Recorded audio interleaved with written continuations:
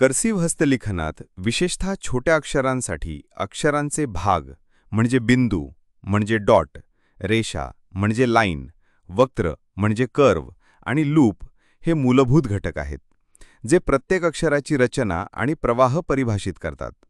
ही तत्त्वे वाचनीय, सुसंगत आणि सौंदर्यपूर्ण कर्सिव्ह लेखन प्राप्त करण्यासाठी महत्त्वपूर्ण आहेत, जे तुमच्या 90 दिवसीय कर्सिव्ह छोट्या अक्षरांच्या हस्तलेखन सुधारणा कोर्सशी संरेखित आहे. खाली प्रत्येक भागाची म्हणजे बिंदू, रेषा, वक्र आणि लूप ची सविस्तर व्याख्या दिली आहे, जी कर्सिव्ह छोट्या अक्षरांच्या संदर्भात आहे, त्यांची अक्षरनिर्मितीतील भूमिका आणि यापूर्वी चर्चेलेल्या 3 क्षेत्रांशी त्यांचा उपयोग दर्शविते. 1. बिंदू म्हणजे डॉट. व्याख्या: बिंदू किंवा टिटल हा एक छोटा, एकल बिंदूचा चिन्ह आहे, जो विशिष्ट कर्सिव्ह छोट्या अक्षरांना पूर्ण करण्यासाठी वापरला जातो. हा सतत स्ट्रोकचा भाग नसतो, तर हेतुपुरस्सर ठेवलेले चिन्ह आहे.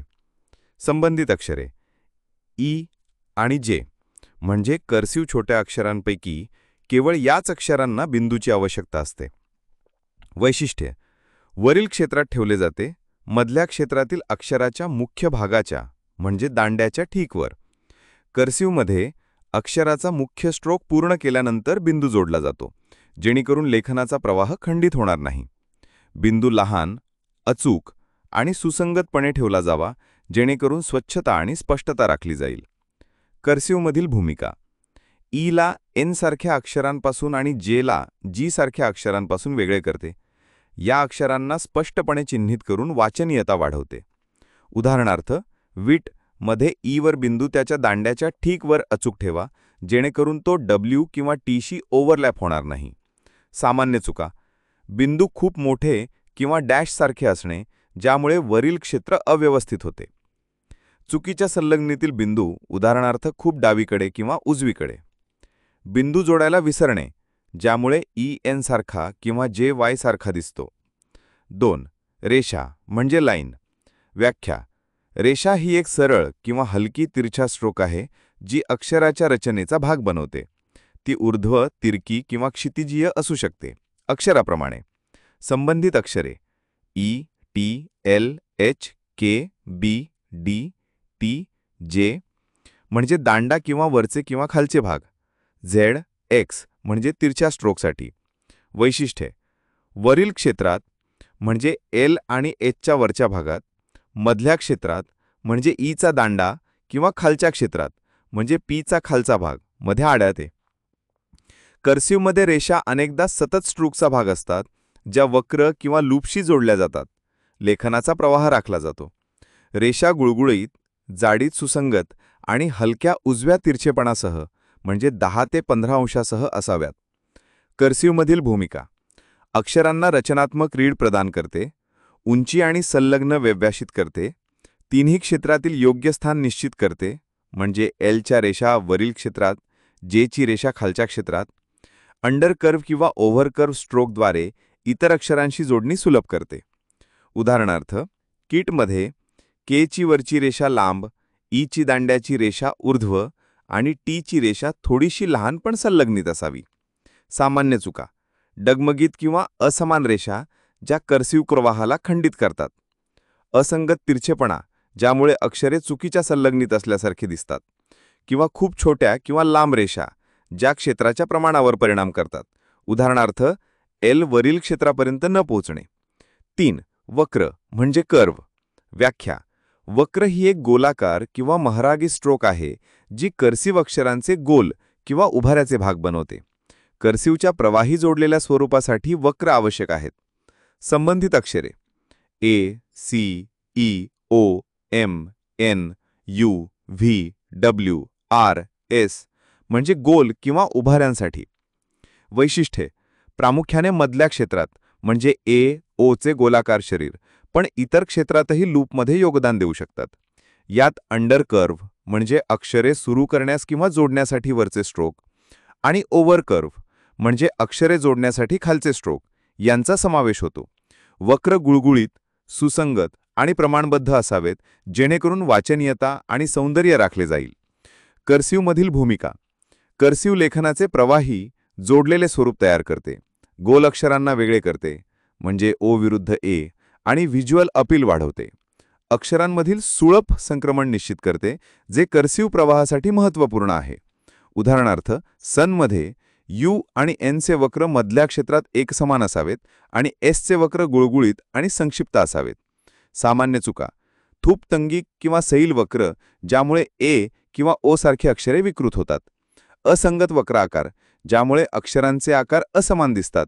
उदाहरणार्थ, एममध्ये असमान उभारे. पुऱ्या जोडलेले वक्र नाहीत, ज्यामुळे कर्सिव्ह प्रवाहाला खंडित करतात. 4. लूप म्हणजे लूप. व्याख्या: लूप ही एक वक्री संवृत्त स्ट्रोक आहे जी गोलाकार किंवा अंडाकार आकार बनवते, जे अनेकदा वरील किंवा खालच्या क्षेत्रात विस्तारित होते. लूप हे कर्सिव्हच्या सजावटीच्या शैलीचे वैशिष्ट्य आहे. संबंधित अक्षरे: बी, एफ, एच, के म्हणजे वरील क्षेत्रातील वरच्या भागांसाठी लूप्स. जी, जे, क्यू, वाय म्हणजे खालच्या क्षेत्रातील खालच्या भागांसाठी लूप्स. वैशिष्ट्ये: वरील क्षेत्रात म्हणजे एच आणि एलच्या मधील लूप्स, म्हणजे खालच्या क्षेत्रात म्हणजे जी आणि वायच्या मधील लूप्स. लूप्स वक्रांपेक्षा मोठी असतात, अनेकदा बंद किंवा अर्धबंद आकार बनवतात, पण त्यांना किमान ठेवावे लागते जेणेकरून अव्यवस्था टाळता येईल. कर्सिव्हमध्ये लूप्स सतत स्ट्रोकचा भाग असतात, जे अक्षराच्या इतर भागांशी किंवा जवळच्या अक्षरांशी जोडले जातात. कर्सिव्हमधील भूमिका वरील किंवा खालच्या भागांसह अक्षरांना सौंदर्य आणि विशिष्टता जोडते. एचला म्हणजे वरील लूपला पी सारख्या अक्षरांपासून म्हणजे खालच्या भागापासून वेगळे करते. कर्सिव्हच्या प्रवाही सौंदर्याला वाढवते, पण वाचनीयता राखण्यासाठी नियंत्रण आवश्यक आहे. कर्सिव्ह लेखनात बिंदू, रेषा, वक्र आणि लूप यांचे एकीकरण. बिंदू म्हणजे ई मध्ये जोडलेला अचूकपणा वरील क्षेत्रात स्पष्टता निश्चित करते.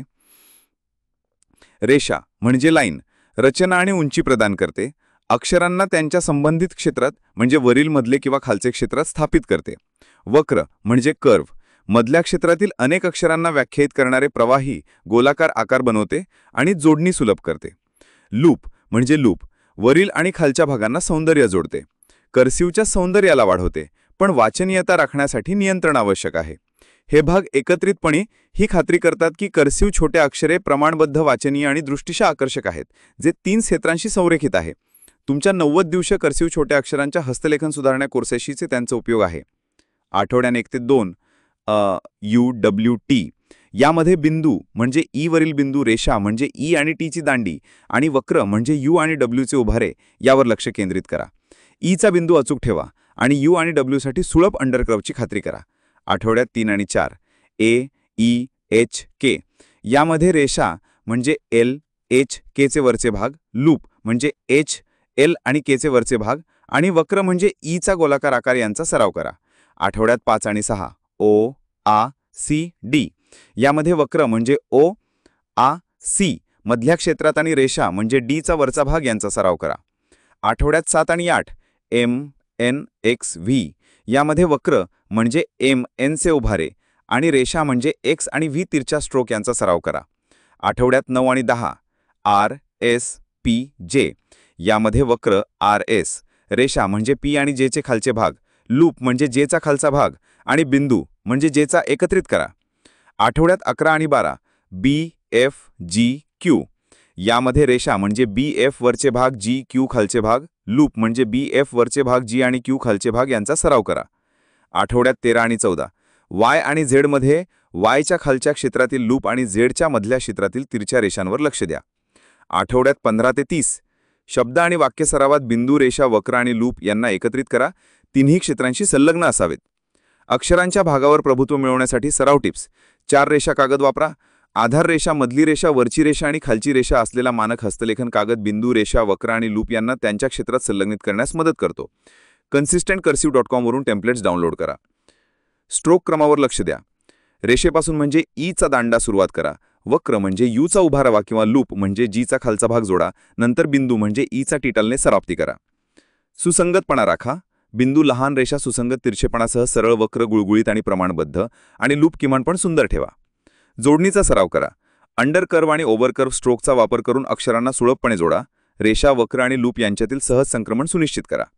आठवड्याचा साप्ताहिक पुनरावलोकन म्हणजे जिग सारखा एक नमुना शब्द लिहा आणि तपासा की बिंदू म्हणजे ई, रेषा म्हणजे जेचा खालचा भाग, वक्र म्हणजे जीचे शरीर आणि लूप म्हणजे जेचा खालचा भाग योग्यरित्या तयार आणि संलग्नित आहेत.